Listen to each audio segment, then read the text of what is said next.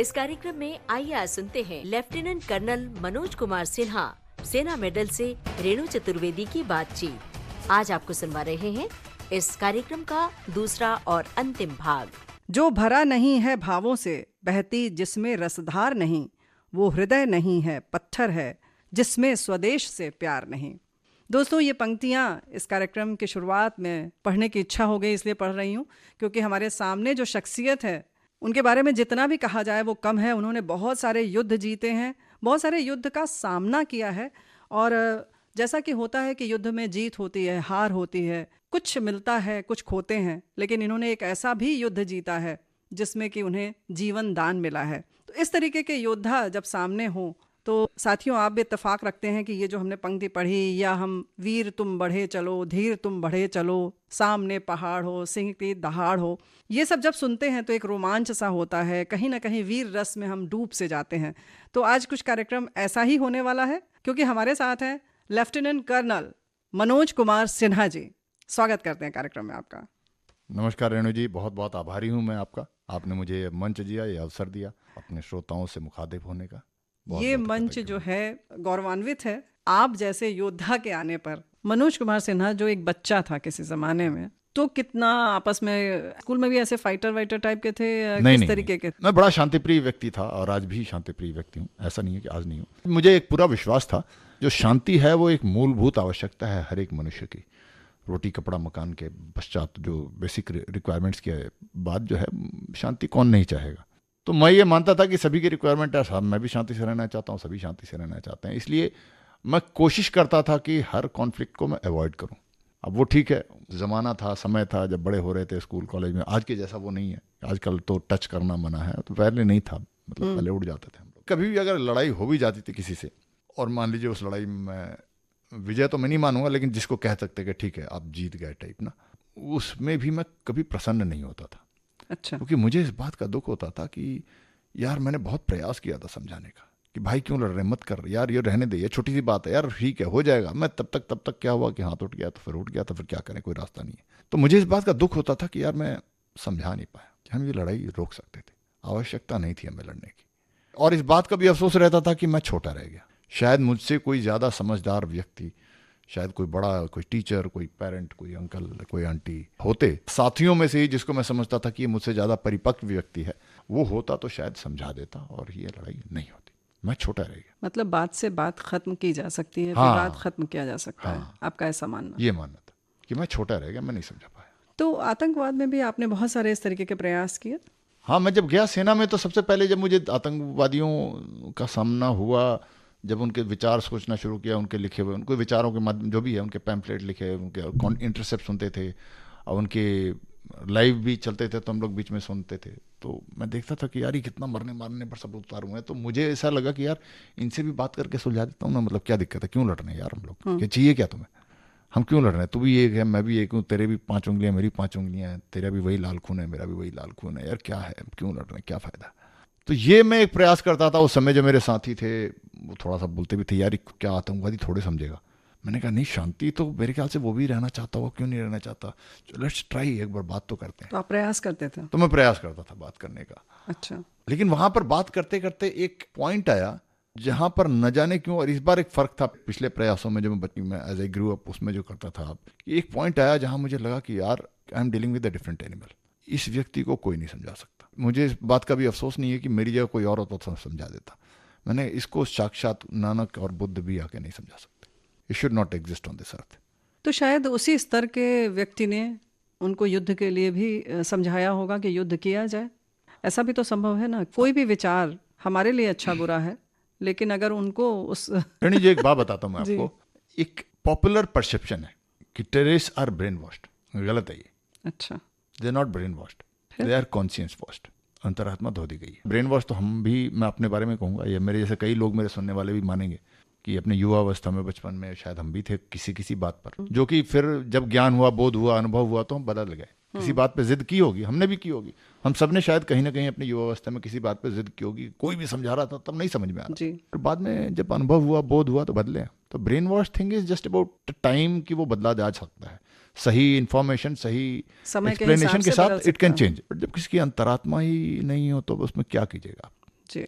तो हम जब बात करते हैं किसी के साथ समझाने का, तो हम इस उम्मीद से बात करते हैं कि जैसे कि बिजली के प्लग में हम वो अपना प्लग डालते हैं ना दीवार जी। में, जो सॉकेट होता है, इस उम्मीद में डालते हैं कि डाल देंगे कहीं तार बिजली है तो कहीं छू कनेक्ट हो जाएगी। जाएगा तो बत्ती जल जाएगी। जी, अगर ढीला भी है तो हिलाते हैं कि चलो यार कहीं टच होगा। कनेक्शन मिल जाए। लेकिन जब बिजली ही नहीं है पीछे से, तो उसमें हम क्या प्रयास कर रहे हैं? तो वो कॉन्शियस ही नहीं है बंदे में, तो क्या प्रयास कर रहे हैं हम? जी। कॉन्शियस ही वॉस्ड है ना, तो what are we trying for? Then उसके बाद वो व्यक्ति जो बिल्कुल शांति प्रिय है, जो अपने स्वार्थ के लिए या स्वाद के लिए मुर्गे भी नहीं काट सकता, वेजिटेरियन आदमी हूँ, वो व्यक्ति शत्रुओं का सर काटना चाहता था। एंड उसके बाद मैंने सेना में मुझे जितना मिला, what ever I could do, I did that. उस समय मैंने कहा शास्त्रों का उतना ज्ञान नहीं था मुझे, बट अब बाद में थोड़ा बहुत समझने का प्रयास किया तो मुझे लगा कि शायद मैं उसी स्थिति में चला गया था जिसमें शायद अर्जुन थे महाभारत के पहले। जी। क्यों लड़ना, क्या फायदा है, शांति से रह लेते हैं। शायद मैं उस जोन में ट्राई तलाश कर कर रहा रहे था। थे। और अब मुझे पता नहीं बुद्धि कहाँ से आई, हो सकता है मेरे को भी साक्षात तो मेरे सामने प्रकट नहीं हुए जैसे अर्जुन के सामने हुए थे, लेकिन हो सकता है कृष्ण की ही कृपा हो कि अचानक मुझे बोध आया कि ना, he doesn't deserve to be spoken to, and इससे बात करने को मतलब नहीं है, he should be killed, pick up the weapon and fight. And then फिर हमने लड़े। एक बड़ा सा यक्ष प्रश्न है कि आमतौर पर कहा जाता है कि लड़कों के लिए, लड़का है रोना नहीं चाहिए, मर्द को दर्द नहीं होता है, इससे आप कितना इत्तेफाक रखते हैं? हाँ, ये प्रश्न मेरे साथ बार बार आता है। जी। वो सेना के अनुभव के कारण नहीं, और एक हाँ, जब मेरा सामान्य ऐड नागरिक। आया था एक बार ना मेरा जिलेट का, जी। मेन कैन क्राई, तो उसके बाद बहुत पूछते हैं सर ये आपने बहुत अच्छा दुनिया को बताया है कि मेन कैन क्राई, खासकर महिलाएं पूछती कि सर ये आपने बहुत अच्छा बताया लोगों की मेन कैन क्राई। सांस तो पुरुषों को आई होगी कि मैन कैन क्राई। ये सारी लोकोक्तियां पॉपुलर फ्रेज बन गए हैं, जी। And most of the phrases जो बने हुए हैं वो सिर्फ इस अनुभव पे बने हैं कि 99% of the time these phrases, ये जो बात हैं, अच्छे शब्द हैं, अच्छे वाक्य हैं, ये सही बैठते हैं, बट वो रूल नहीं हो सकता। मैं बताता हूँ क्यों। जो आपने कहा ना पुरुषों का रोना वगैरह, भावनाएं जो हैं, भावनाओं का अपना एक धर्म होता है, और अपने धर्म के अनुसार जब भी भावनाएं व्यक्त की जाएंगी तो वो उचित है, और उसके विपरीत की जाएंगी तो वो अनुचित है। अब उदाहरण में लेता हूं आपको। अब ये कहा गया कि अब क्राइक भी, या चले आपने रोने की बात करी, रोना बिल्कुल सही है, मेन या वुमेन कोई फर्क नहीं पड़ता, आंसू निकलना उचित है यदि उसके पीछे का कारण गौरव हो, प्रेम हो, करुणा हो। गौरव, मान लीजिए कोई बहुत बड़ा खिताब जीतता है, तो आपने देखा होगा कोई वर्ल्ड कप जीता, आंख में आंसू आ गए। जी। कोई टेनिस चैंपियन है, फाइनल जैसी शॉट में आता है, इतना बड़ा कप देखते हैं, आंख में आंसू, गौरव है वो। करुणा है, या आपका कोई बच्चा, कोई भाई बहुत बड़ा खिताब जीतता है, आप आंखों में आंसू आ जाते हैं, या फर्स्ट आ गया, टॉप कर गया, या कोई बहुत बड़ी सफलता पर, तो आंख में आंसू आते हैं, गौरव। करुणा है किसी की पीड़ा देखकर। करुणा लेकिन किसके प्रति आनी चाहिए? सज्जन व्यक्ति के प्रति। दुष्ट के प्रति करुणा नहीं होनी चाहिए, जो कि मैं प्रयास शायद पहले कर रहा था, जो अर्जुन को हो रहा था, वो वाली करुणा गलत, वो मिसप्लेस्ड है। इसीलिए ज्ञान देना पड़ा, हाँ, उपदेश देना पड़ा। हाँ जी। वो करुणा नहीं। सज्जन व्यक्ति के साथ कोई पीड़ा हो रही है, उस पीड़ा के मर्म को आप महसूस कर रहे हैं, अनुभव कर रहे हैं, आपके अश्रु आ रहे हैं, बिल्कुल उचित है। किंतु यदि आपका अश्रु आ रहे हैं भय की वजह से, गलत है। या कहीं बचाव के लिए आप रो रहे हैं। हाँ, या कायरता की वजह से रो रहे हैं, जी। कि आपके सामने चुनौती है, चुनौती बड़ी विडंबना है, आप टूट गए हैं, आप रो रहे हैं, वो गलत है। तो सबका धर्म होता है। उसी प्रकार से जैसे मैं बोलूंगा कि एक पॉपुलरली बोल दिया गया है, हमेशा मुस्कुराते रहो। अब आप बताइए, आप जहां रह रहे हैं, आपके बगल के वाले पड़ोस में कोई मृत्यु हो गई हो, क्या आप मुस्कुराना उचित है, क्या हंसना उचित है? नहीं। सही बात। तो स्थिति पर धर्म के अनुसार हर भावना और भावना की अभिव्यक्ति बिल्कुल उचित है। एक दूसरा है कि भाई कभी क्रोध नहीं आना चाहिए, लेकिन आप जा रहे हैं और किसी महिला के साथ कोई व्यभिचार कर रहा है, वो आपकी अपनी भी हो सकती है, पराई भी हो सकती है जी। और अगर मुझे क्रोध नहीं आ रहा है तो फिर कुछ गलत है। हाँ, तो क्रोध आना चाहिए, अनिवार्य है क्रोध आना। तो जो पॉपुलर फ्रेजेस बने हुए हैं ना, वो इसीलिए बने कि 99% वो सही बैठते हैं, लेकिन वो 1% गलत हो जाता है। हर परिस्थिति में वो सही नहीं है, लेकिन चूंकि हम अनुभव के हिसाब से ये जितने भी लोग वाक्य बने हैं जो उपदेश के रूप में प्रचलित हैं, वो जीवन के अनुभव से बने हैं। लोगों के अनुभव में 99%, 99% वो सही बैठता है, तो उसको हम चिपका देते हैं, बट वो 1% में वो गलत हो जाता है। क्योंकि 99% अगर हम क्रोध करेंगे तो वहां पर हाँ, वो सही नुकसान है। करेगा आपको। हाँ, नुकसान लेकिन जो देगा। सुनने वाला तो वो उसको 100% मान के चल रहा है ना, जी, जी। कि भाई इतने बड़े महान व्यक्ति ने कहा है तो हम मुझे कभी क्रोध नहीं करना, इतने बड़े महान व्यक्ति ने कहा है तो मुझे सदैव मुस्कुराना चाहिए, तो वो गलत हो जाता है। इसीलिए आवश्यक है कि आप ये समझें कि आप जिस परिस्थिति में, और सही अगर बैठता है वो भावना, तो आप भावना की बिल्कुल अभिव्यक्ति करें। पीड़ा है तो आंसू, गर्व है तो आंसू आ जाए तो अच्छी बात है। उसी प्रकार से करुणा है उचित है करुणा सही व्यक्ति के लिए तो आने चाहिए। गीतों में अगर बात करें तो सबसे पसंदीदा एक गीत को नहीं कह सकते, फिर भी कुछ गीत याद आ रहे हैं? बहुत सारे गीत हैं। फिल्म को याद आ रही है जो देखी हो? गीत के लिए एक फिल्म थी मेरे जीवन साथी, उसका एक गाना था, ओ मेरे दिल के चैन, चैन आए मेरे दिल को दुआ कीजिए। एक लाइन गा के सुनाइए ना।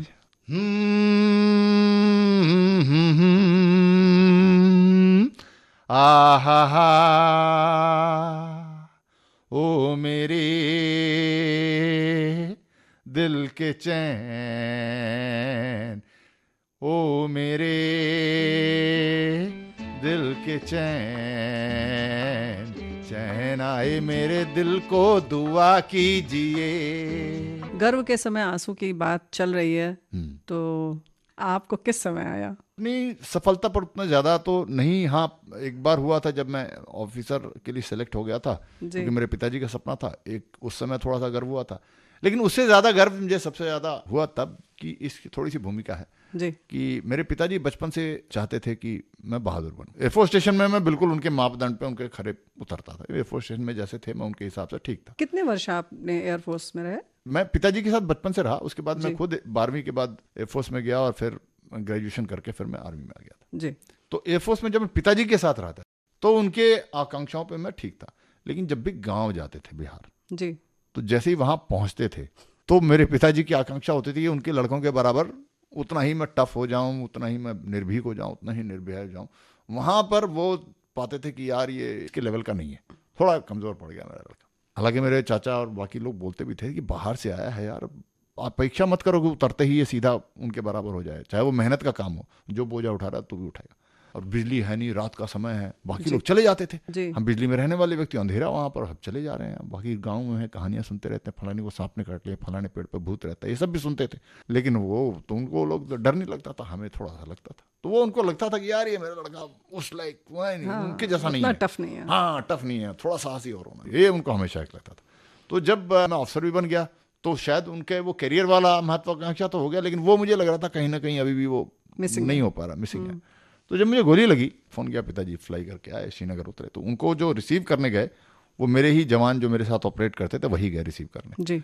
वहाँ से बिठा के गाड़ी में अस्पताल तक लाए। तो रास्ते भर उन्होंने उन्हें कहानियाँ सुनाई होंगी कि साहब तो डरता नहीं है, साहब तो घुस जाता है आतंकवादी के बीच में, ये वो पूरी कहानी। फिर श्रीनगर बेस पहुँचे तो वहाँ पर भी मेरे सीओ साहब, मेरे सीनियर अधिकारी, डॉक्टर भी, मतलब कहने का मतलब आईसीयू में मेरे को देखने के पहले बहुत सारे लोगों ने उनको मेरे बारे में बताया था जी। और उनको इस बात का विश्वास हो चला था कि यार ये लड़का जो है साहस की जो मेरी आकांक्षाएं थी ये उस पे तो उन सब सीमाओं को पार कर गया है। वो जैसे ही मेरे को देखे उन्होंने अंदर आईसीयू में, और बाकी पिता होता तो कोई और सवाल पूछता कि कैसे हो क्या हो, मेरे पिताजी का पहला वाक्य था कि बेटा तू ब्रेव कब बन गया। ऐसा मुझे तो पता ही नहीं चला जी, तो इतना ब्रेव बन गया। वो फिर उनके आंसू भी निकले, मेरे भी आंसू निकले। तो वो एक मेरे लिए मौका था कि हाँ मैं अब जाके पिताजी की अपने उम्मीदों पे खरा उतर पाया हूँ। क्या बात है। तो वो फिर आंसू वहां उनके सपने अब पूरे हुए। हाँ, वो एक बिल्कुल अलग तरीके का जज्बा, पिता का भी और आपका भी। कविताएं और कितनी आप करते हैं, अब कितनी करते हैं? मैं ऐसा नहीं हूँ कि मैं अपने आप को ये टैग नहीं देना चाहता कि मैं कवि हूँ, कि मैं कवि हूँ, हर महीने में एक लिखनी चाहिए। कविता में तब लिखता हूँ जब मुझे कुछ कहना होता है, अभिव्यक्ति करनी है, और मुझे लगता है कि यार लंबे चौड़े शब्दों में ये उतना कह नहीं पाऊंगा और लंबा हो जाएगा, या कभी कभी लगता है कि साधारण भाषा में शायद कहा ही नहीं जा सकता जी। तो मैं उसको फिर कविता के रूप में डाल देता हूँ जी। उसी को फिर लोग कहते हैं, पसंद करते हैं, तो वही चलता है। कुछ और आपके विचार कविता के माध्यम से? तो कविता पे ऐसा है कि एक विचार है, मैंने कहा ना जब विचार एक प्रकट करना हो तो तभी मैं कविता लिखता हूँ, वरना मैं नहीं लिखता जी। तो एक भारत के सिपाही का एक धर्म संकट है। वो धर्म संकट ये है कि सांस्कृतिक रूप से जो हमारा ग्रोथ रहा है, जो हमारी मानसिकता रही है, वो सदैव रही है कि हम जो है रूल्स को फॉलो करते हैं, कुछ नैतिकता को फॉलो करते हैं। तो अगर आप पुराने इतिहास में चले जाएं तो हमारे यहाँ पर युद्ध होते थे, दिन तय होता था, स्थान तय होते थे, शंख बजता था तो युद्ध शुरू होता था, उसके पहले को कुछ नहीं कर, फिर शाम को शंख बज जाए तो युद्ध खत्म हो जाता, सूर्यास्त के बाद। हाँ, और युद्ध के मैदान के बाहर के लोग मतलब इतने निश्चिंत होके देखते भी थे सुरक्षित दूरी से, उनको पता था चाहे वो प्रजा इधर की हो चाहे इधर की हो, कि ये मर्यादा सैनिक जो है नहीं तोड़ेंगे, चाहे मैं उधर का हूं लेकिन प्रजा पर वार नहीं हो। मतलब इस मर्यादा से हम आए हुए हैं, नारी पे वार नहीं करना है, वो सारा कुछ है। तो आज भी हमारे अंदर में डीएनए में तो कहीं ना कहीं वही है ना जी। तो भारत का सिपाही आज भी उसी परिस्थिति में है। तो खासकर जब भारत के सिपाही जब कश्मीर में जैसे जगहों पे जाता है, वहां पर वो देखता है शत्रु जो है वो जानता है कि ये थोड़ा सा सॉफ्ट सभ्य व्यक्ति है, इसके लिए ये अपनी सभ्यता की सीमा नहीं मर्यादा लागेगा। तोड़ना थोड़ा मुश्किल है, तो उसके लिए वो फायदा उठाता है। तो कभी जाओ तो वो बच्चे आ जाएंगे सामने, कभी नारियों को आगे कर देंगे, उसको पता है कि इसके लिए हाथ उठाना मुश्किल है, वृद्ध नारी, हाँ ये थोड़ा सा मुश्किल है इसके, तो उस धर्म संकट में इसको फंसा दो। भारत का सिपाही वो चाहता है कि यार सीधा सीधा युद्ध कर।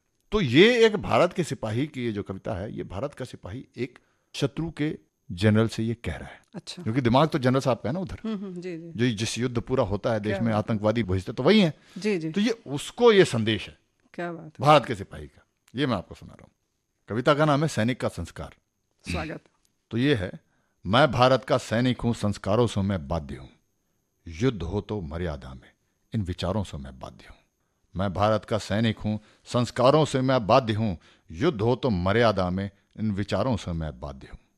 क्यों बच्चों को बीच में लाते हो तुम, पत्थर उन्हें थमाते हो, बनाकर तुम बारूद उन्हें उन्हीं को फटवाते हो।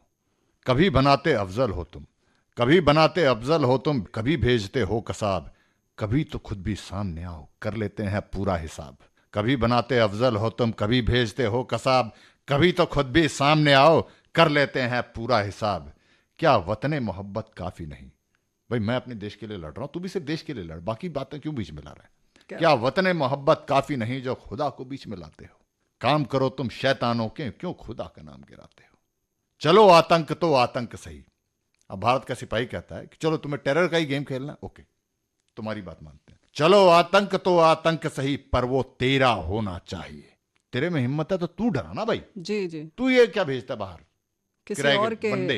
हाँ, तेरे में हिम्मत है, तू अपना भय पैदा कर। चलो आतंक तो आतंक सही, पर वो तेरा होना चाहिए, और वो हृदय जिसे तू डरा सके वो मेरा होना चाहिए। मेरे साधारण नागरिकों को देश के क्यों डरा रहा है? सही बात है। तो एक तो भाड़े के टट्टुओं को मत भेज, तू डरा सकता है, तेरे में मादा है तो डरा, और मेरे नागरिकों को मत डरा यार। तू डरा सकता है, मैं सिपाही खड़ा हूं तो मुझे डरा के दिखा। क्या बात है। तो चलो आतंक तो आतंक सही, पर वो तेरा होना चाहिए, और वो हृदय जिसे तू डरा सके वो मेरा होना चाहिए। चूड़ी उतार पर्दे से निकल, चूड़ी उतार पर्दे से निकल, चेहरे से अपने वस्त्र उठा, तू पौरुष रख, तू पौरुष रख, चल योद्धा बन, कभी तो खुद से अस्त्र उठा। चूड़ी उतार पर्दे से निकल, चेहरे से अपने वस्त्र उठा, तू पौरुष रख। वो पर्दे के पीछे है ना, आतंकवादी भेज रहा है, पर्दे के पीछे तो वही है, बिल्कुल, कमान तू किसी और पौरुष के रख, हाथ में। हिम्मत है तू हथियार उठा, आजा, तू पौरुष रख, चल योद्धा बन। क्या पीछे से गेम खेल रहा है, सामने आजा, तू पौरुष रख, चल योद्धा बन, कभी तो खुद से अस्त्र उठा। अब फिर वही वाली बात सिपाही कहता है जो हमारे इतिहास में होता था, जिस तरह से युद्ध भूमि चुनते थे, समय निश्चित करते थे, उसकी बात करते हैं।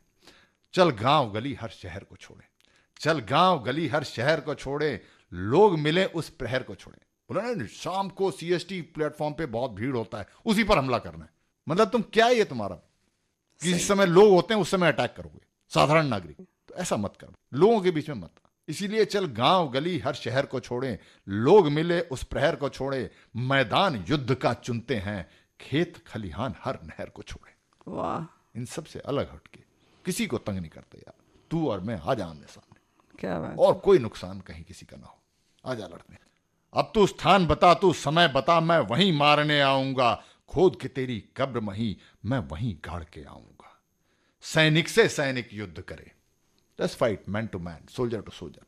ये मत ला यार, औरतों को, पुरुषों को, साधारण नागरिकों को, प्लीज बच्चों को ये बीच में मत ला। सैनिक से सैनिक युद्ध करे, औरों को ना अवरुद्ध करें, और किसी के जीवन में हम अवरोध ना पैदा करें, हम सिर्फ लड़ते हैं। चलो सैनिक से सैनिक युद्ध करें, औरों को ना अवरुद्ध करें, खून बहे बस तेरा मेरा, युद्ध करें तो शुद्ध करें।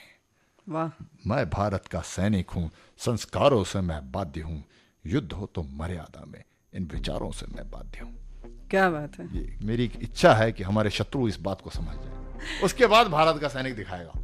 क्या बात है, बिल्कुल सही बात है। भारत का ये जो सैनिक हमारे सामने है, उसको जब सेना मेडल मिला, थोड़ा सा उसके बारे में बताइए। तो सेना में है, ये लड़ते हैं, सरकार जो है वो हमारे सीनियर जो है उसको पहचानते हैं, रिकमेंड करते हैं मेडल्स के लिए, तो वो गर्व की बात है। 6 आतंकवादी मारने के लिए हमें सेना मेडल मिला। तो कौन कौन गया था परिवार से? परिवार से मेरी पत्नी गए थे, मेरे दोनों बेटियां गई थी। हम चढ़े स्टेज पर, लिया हमने मेडल। वो गौरव की बात है जी। गौरव की बात यह है कि जब आदमी कोई बड़ा पद हासिल करता है जी सेना में भी रैंक हासिल करता है, जी सिविल में कोई पीएचडी हासिल करता है, तो उसके नाम के पहले रखता है lieutenant colonel, major, captain, doctor, जी प्रोफेसर, सो एंड सो। जी मेरे नाम के बाद में नाम आता है सेना मेडल। तो ये बड़ा मुश्किल होता है कि आपके जी। नाम के बाद भी कोई एक अलंकार लग लगता जाए। है। तो मेरा नाम जो है वो लेफ्टिनेंट कर्नल मनोज कुमार सिन्हा सेना मेडल है। तो पूरा सुनने ऐसे बड़ा बोला अच्छा जाता है। पूरा ऐसे बोला जाता है। मैं कभी छोड़ भी दूं तो मेरी बेटियां जो हैं वो छोड़ती नहीं है। अगर कोई परिचय मांगे, मैं सिर्फ लेफ्टिनेंट कर्नल मनोज कुमार सिन्हा बोलूं तो मेरी बेटी बोलती बाकी कौन बोलेगा। क्या बात है। बच्चों को जाहिर है कि गर्व होगा उन्हें इस ज्यादा बात गर्व होता पर। है। तो भाई हमें भी गर्व है इस बात पर और हमारे सभी श्रोताओं को भी होगा। तो लेफ्टिनेंट कर्नल मनोज कुमार सिन्हा सेना मेडल, ये हुआ आपका पूरा नाम। जी जी पूरा। तो आगे से अब हम लोग यही बोला करेंगे। कोई इस नाम को हम एक बार फिर से सलाम करते हैं। बट आए थे मनोज, जाएंगे सिर्फ मनोज। बराबर उस रहता बात है। का कोई गुमान नहीं है, ये सब रह जाएगा यहीं। सिर्फ वो आए थे उतने ही जाएंगे। तो ये जो मनोज आए थे, उन्हें बचपन की कोई कविता याद है? बचपन की तो नहीं, बस जो अब मैं अपने देशवासियों को बताना चाहता हूँ।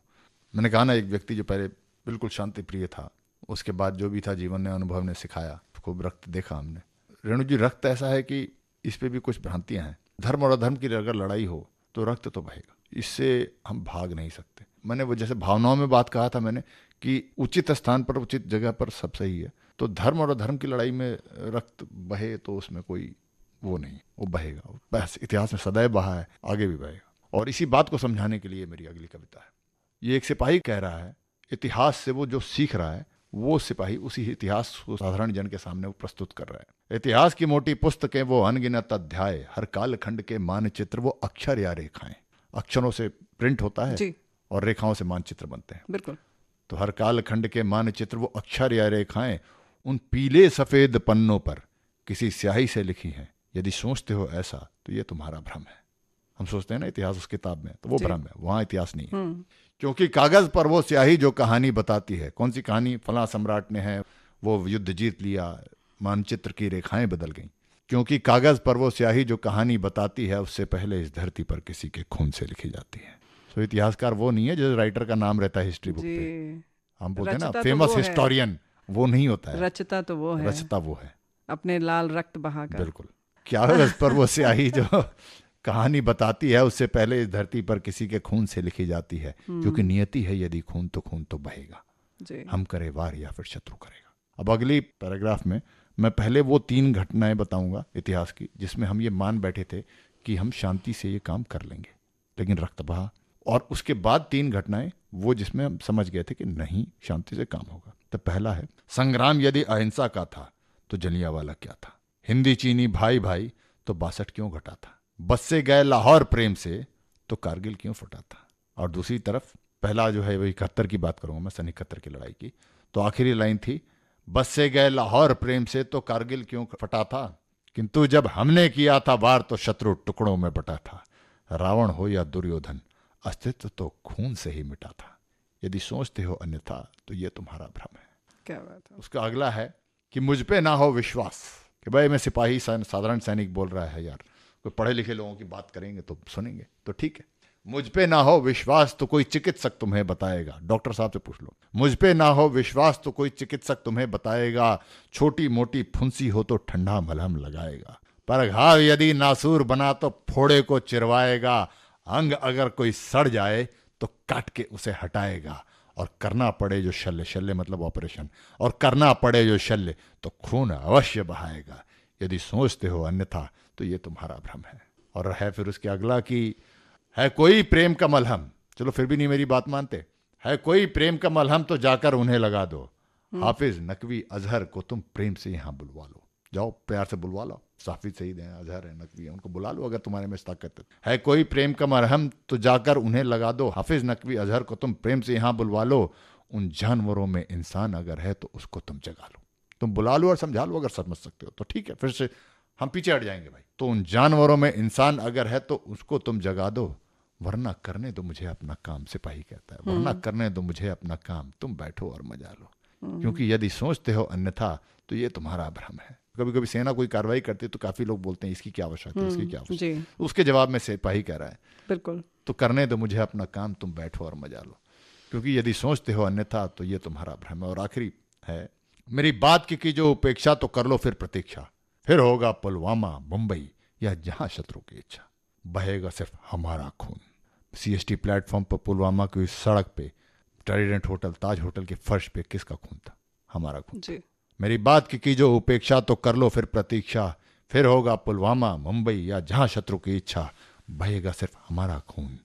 और खून की हर बूंद देगी यही शिक्षा कि नियति है यदि खून तो खून तो बहेगा, हम करे वार या फिर शत्रु करेगा। एक बहुत जज्बाती कविता, इसको किस रस में रसी पगी कही जाए, बड़ा मुश्किल है। बहुत सारी भावनाओं को आपने अपने शब्दों, कवित्व के माध्यम से प्रकट किया। चलते चलते एक प्रश्न ये पूछना चाहते हैं कि मनोरंजन के लिए मनोज सिन्हा जी क्या करते हैं? मनोरंजन के लिए गाने हम सुनते हैं और इसकी आदत हमें पड़ी बचपन से ही जी। और पहले तो टीवी वगैरह होता नहीं था, तो रेडियो ही सुनते थे। और रेडियो में भी आज के जैसे 50 चैनल तो थे नहीं जी। सिर्फ ऑल इंडिया रेडियो था, विविध भारती था। और विविध भारती का सबसे जो प्रचलित, सबसे ज्यादा पसंदीदा कार्यक्रम था हमारा जयमाला था, तो उसी में गीतों के श्रृंखला सुना करते थे, उसी से मनोरंजन हो जाया करता था। वहीं से कुछ ये सोच विचार की वो जो थी उन्हीं गीतों से लगा और वो आज तक चला आ रहा है। जी। तो दोस्तों, ये थी एक लंबी सी बातचीत, अलग अलग तरीके के संघर्ष, विचारों का संघर्ष, युद्ध का संघर्ष, बहुत सारे जीत हार और उसके साथ जुड़ा दर्शन, कविताएं, इतना विविध रंगी ये हमारा जो आज का साक्षात्कार रहा, वो सिर्फ और सिर्फ हुआ लेफ्टिनेंट कर्नल मनोज कुमार सिन्हा सेना मेडल के कारण और उनके बच्चों के कारण। ये जो सेना मेडल लगाकर बोलना बेटी को बहुत पसंद है, इसीलिए हम बार बार लगाएंगे और कोशिश करेंगे कि हर बार ऐसे ही आपका पूरा नाम बोला जाए। यहाँ आप आए, आपने इतनी महत्वपूर्ण बातें बताई अपने जीवन से जुड़ी हुई और बाकी हम सब के भी जीवन से जुड़ी हुई जो बातें हैं, जो आपके माध्यम से हमें भी सीखने का मौका मिल रहा है, उसके लिए बहुत बहुत धन्यवाद। रेणु जी, नाम का आपने जो बात की, तो नाम चाहे जैसे लिया जाए, जितना लिया जाए, बस प्रेम से लिया जाए, सम्मान से लिया जाए, इसी बात की आकांक्षा है। और आपने यहाँ मुझे प्रेम से बुलाया, सम्मान दिया और ये अवसर दिया कि मैं आपके श्रोताओं के, आपके माध्यम से सारे श्रोताओं को अपने दिल की बात कह पाऊँ। इस बात के लिए मैं आपका, विविध भारती का बहुत बहुत आभारी हूँ। इस बात की आशा रखता हूँ फिर कोई अवसर मिलेगा तो मैं बात करूँगा ज़रूर। और सम्मान की जहाँ तक बात होती है कि अक्सर हमें लगता है कि हम सम्मानित कर रहे हैं, लेकिन आज आपका आगमन ऐसा लग रहा है कि हम खुद अपने आप को सम्मानित महसूस कर रहे हैं। और हमें लगता है कि आपकी पूरी ये यात्रा सुनकर जो पुरस्कार जो भी आपको मिला होगा, वो खुद भी सम्मानित हुआ होगा, जो भी आपको मिला होगा। वैसे सम्मान ही सबसे बड़ा पुरस्कार है। जी बिल्कुल, है ना, और इसी के लिए मैं आपका अनुग्रहित हूँ। इस उम्मीद के साथ कि और तमाम लोगों तक आपकी बात जाए और ये अच्छे अच्छे विचार जो हैं वो उनकी आत्मा तक पहुँचे, दिल तक पहुँचे और कहीं ना कहीं उसको अपनी जीवन में आत्मसात करें। इस उम्मीद के साथ आज की ये बातचीत यहीं पर समाप्त बहुत करते बहुत हैं। धन्यवाद, बहुत बहुत नमस्कार, वंदे मातरम, जय हिंद। जय हिंद। यादों का सिलसिला। इस कार्यक्रम में अभी आप सुन रहे थे लेफ्टिनेंट कर्नल मनोज कुमार सिन्हा सेना मेडल से रेणु चतुर्वेदी की ये बातचीत। आज आप सुन रहे थे इस कार्यक्रम का दूसरा और अंतिम भाग। चलने से पहले आपको बता दें, इस कार्यक्रम में रिकॉर्डिंग इंजीनियर थे HR पाटले। कार्यक्रम के प्रस्तुतकर्ता जुबैर खान। यादों का सिलसिला।